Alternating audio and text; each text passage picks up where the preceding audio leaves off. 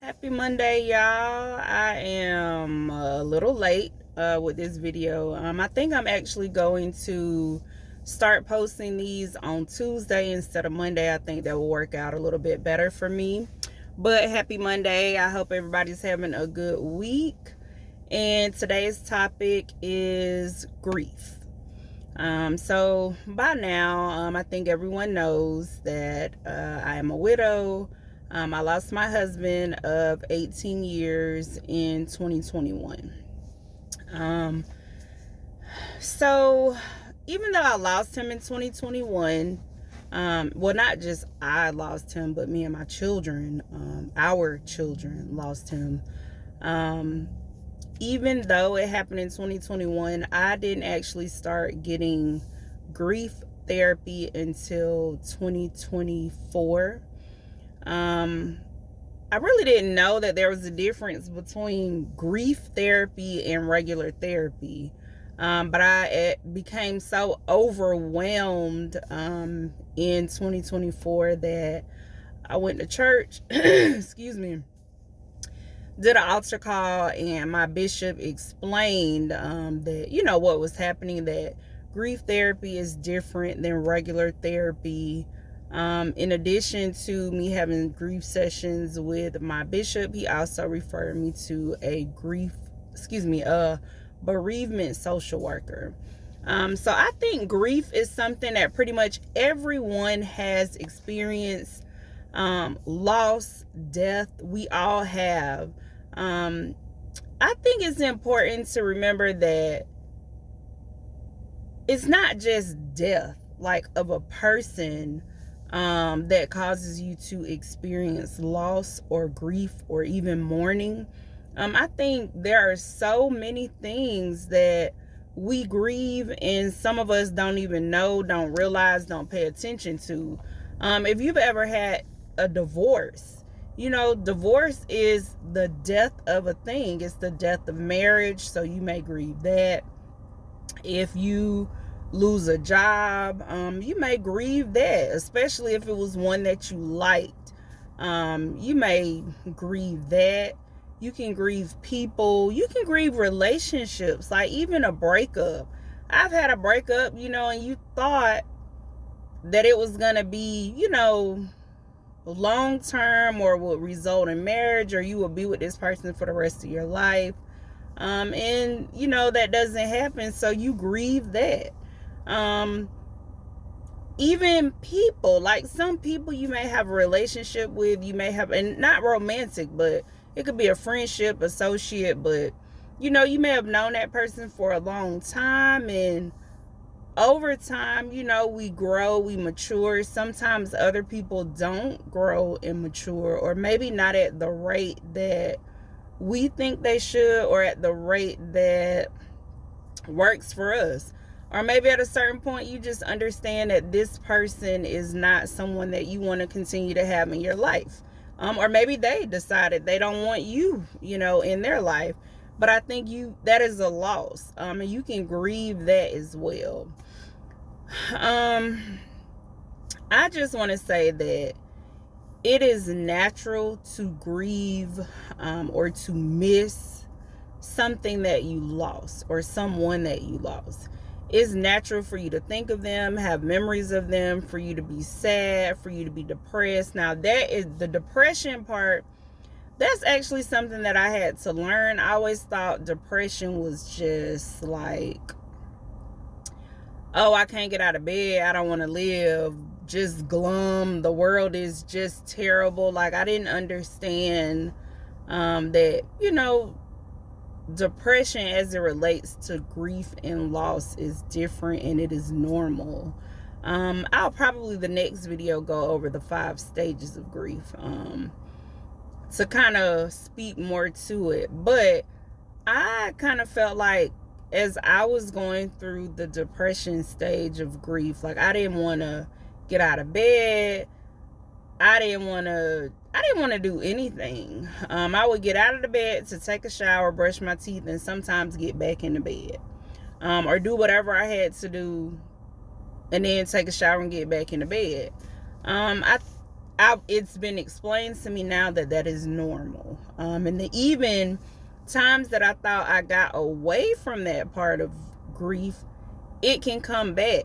And for February, for multiple reasons, the majority of February I experienced grief over my husband, not just over my husband, just over the loss of things. I think one thing I never understood is when you lose a person, specifically for me, a spouse, you grieve so many different things about that person. Not just that you lost the person, the life that you had with them, the memories you had with them, the part of you that you were with them. I say, to me, is like,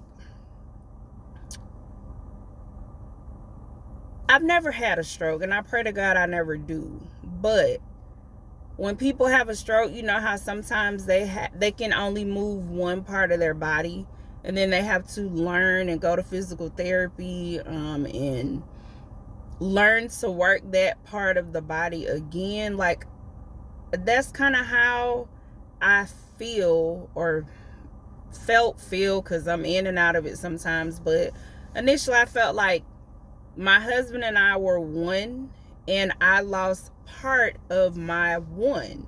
So I felt like it was kind of like learning how to function as a half and becoming a whole again, versus being two wholes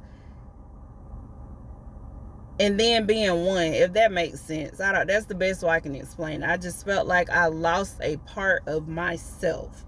And even though I knew I would be okay, I never doubted if I would be okay. I never doubted if I would make it through, because I already knew God has me, and with him I'll get through whatever, because I've already been through so much. But it's definitely learning how to function, how to life again. Like, that's the best way I can explain it. Just, it's a process. So I just want to say, if you're struggling with it, don't feel bad. Don't feel like you have to do things by a certain time. I feel like we're all different. We all process things differently. We think differently. In my case, I think we met when I was 19, got married at 22, became a widow at 40. So my entire adult life was, me and my husband. So now at 43, coming up on 44 in a couple of days, I'm learning how to, which is crazy in your 40s, I've had to learn how to be single. I had to learn how to handle a household by myself. Not that I couldn't, but it's just when you get married at 22 and then you have children, like, bills were done a certain way. You also have two incomes. You also, I'll say for us, we divided things a certain way. So I made the final call on anything health related, because I'm the person that's gonna research, I'm gonna look up things, I'm gonna read things, I'm gonna find out whatever information I needed to know. And my husband trusted that, okay, I have this. Finances were definitely his thing. He was just better at managing money. He was better at making money. He made more money, and he had more skill and more wisdom at managing finances than what I had. And I'm old school. I just feel like the man is supposed to be the provider. Now, I'm not saying he pays for everything. That's not what I'm saying. But I am saying, as far as a husband and a household and kids, for us, and my belief based on the Bible, the man should handle, I'm not saying he has to handle everything, but I do feel like he should handle the majority of the bills, or like the big bills. And in our case, he paid the mortgage, the homeowner's insurance, the car insurance. He bought most of the groceries and did most of the grocery shopping, because I hated going to the grocery store. But that's also the thing with, like, you and your person, you do what works for you. Same with cleaning. I did the majority of the cleaning. He would help with cleaning. He hated cleaning the bathroom. I didn't want to clean the kitchen. Now, of course, if I'm cooking, I'm going to clean the kitchen. But, we worked that out. So, what worked for us. But anyway, so getting back to, what I was saying, we had a system. And we had this system for basically my entire adult life. So in losing him, you lose your system, you lose your partner, my best friend, my person that made me laugh, my person I had inside jokes with. You lose the plans that you had. Like, when the kids get older, we're going to do this. We're going to go vacation here.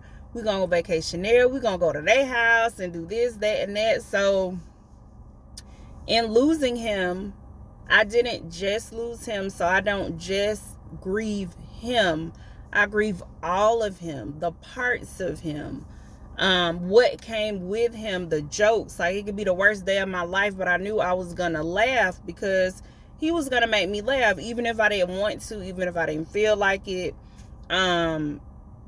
We had been together so long that we study each other. You don't have to tell me you had a bad day. I know based off the lack of text messages, or your tone in the text messages, your tone when you call, or the way that you walk in the door. I miss and grieve my daily kiss, my daily I love you, my hugs. You grieve all of that. The crazy thing I wasn't expecting to grieve was the parts that I didn't like.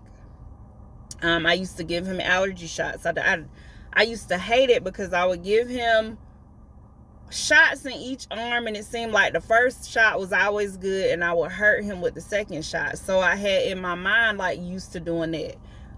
Certain foods that he liked. Some stuff I made because he liked it, not because I wanted to eat it. But even unlearning not making certain things, or not making certain things a certain way, like gravy. He liked the gravy really thick. I like my gravy, more thinner, not watery, but, a little on the thin side. Or just even snoring. Like, his snoring used to drive me crazy. Like, I missed that. It took me so many months.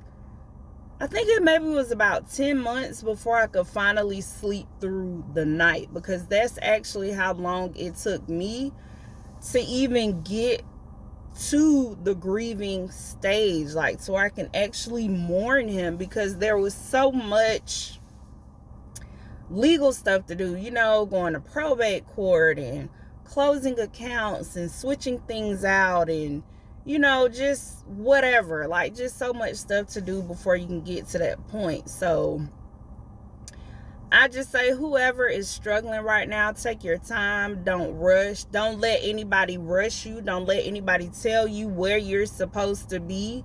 I would strongly suggest trying therapy. I know a lot of people don't like therapy. I know a lot of people don't want to tell their business, especially Black people. But going to therapy doesn't make you weak. Talking about what is bothering you doesn't make you weak. It doesn't make you crazy. If anything, it helps. Like, the best way I can explain for me, maybe, I won't say shortly, maybe less than a year or so after he passed, I just started feeling this pressure. It's like, I remember saying at one point, there is so much stuff in my head, I can't put anything else in it. Like, literally, I cannot fit another thing. Like, it just won't go. There's no room. I just couldn't. So I went to the doctor. I just literally felt like there was nothing else I could fit in my brain. Like, it just was not going to happen. And so when I went to the doctor, he just explained. He said, you have to realize that being married, as long as you were, you had a partner. You had two boxes. I think that's how he said. You had a box and he had a box. Or there was one box and you handle half and he handle half. Now it's all on you. So the other thing, I am not a person, let me not, I have to be careful with my words because I understand words have power. I wasn't a person that could ask for help.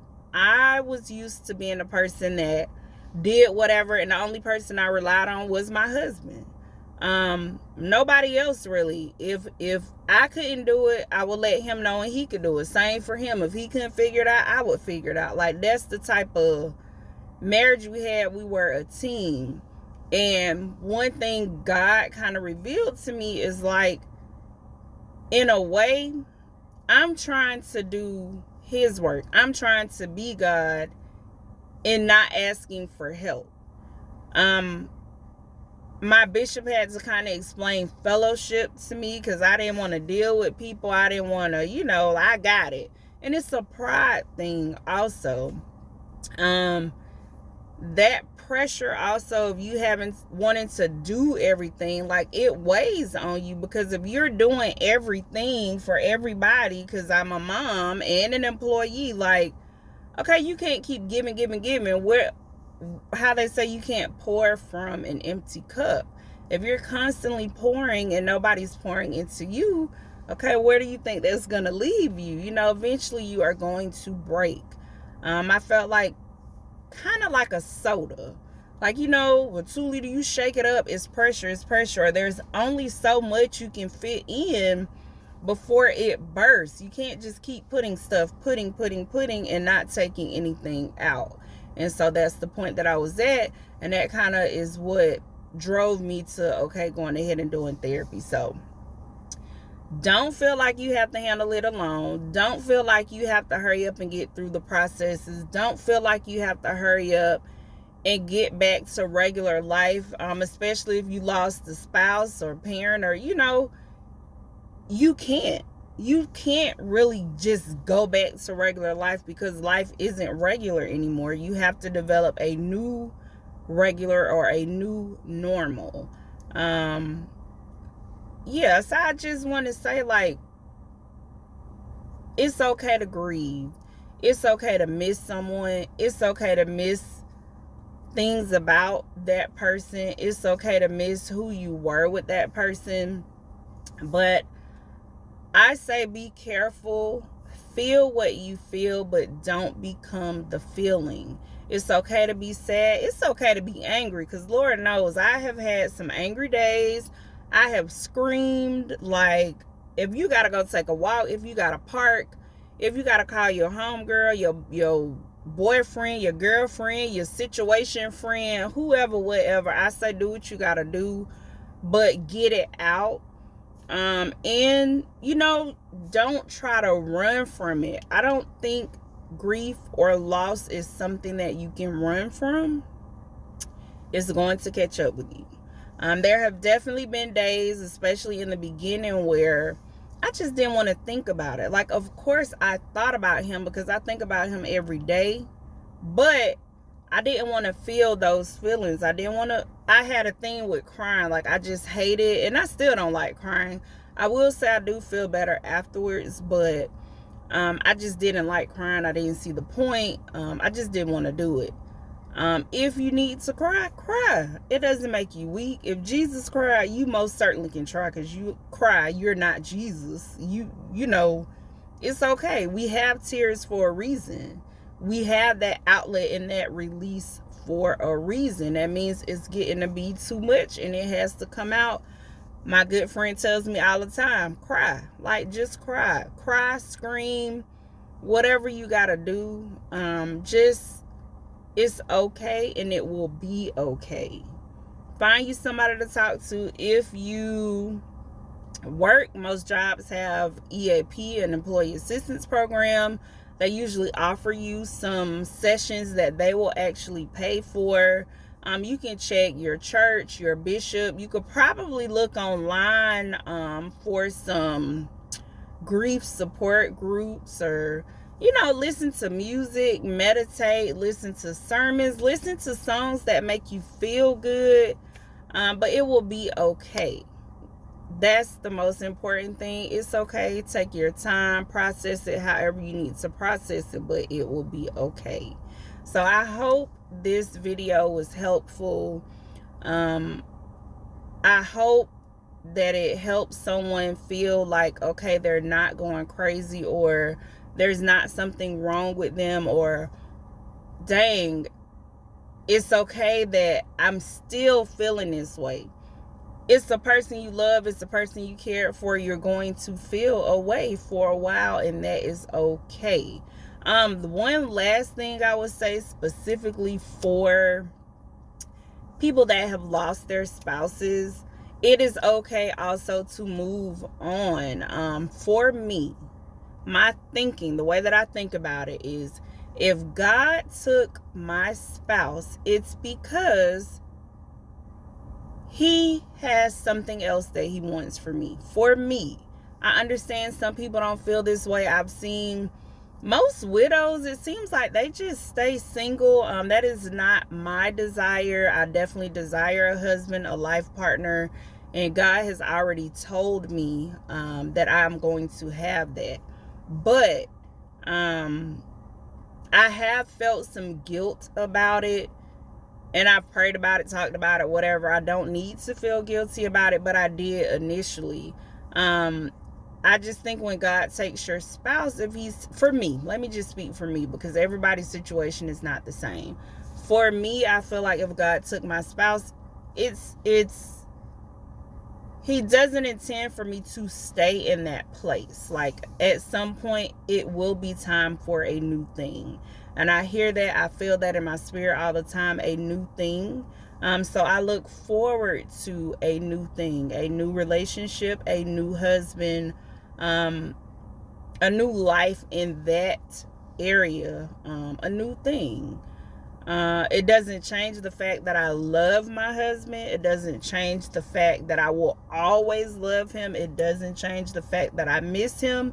But I understand there's nothing I can do to bring him back. And God has already told me I'm going to do a new thing, and I'm going to have a new thing. So I hope this was helpful.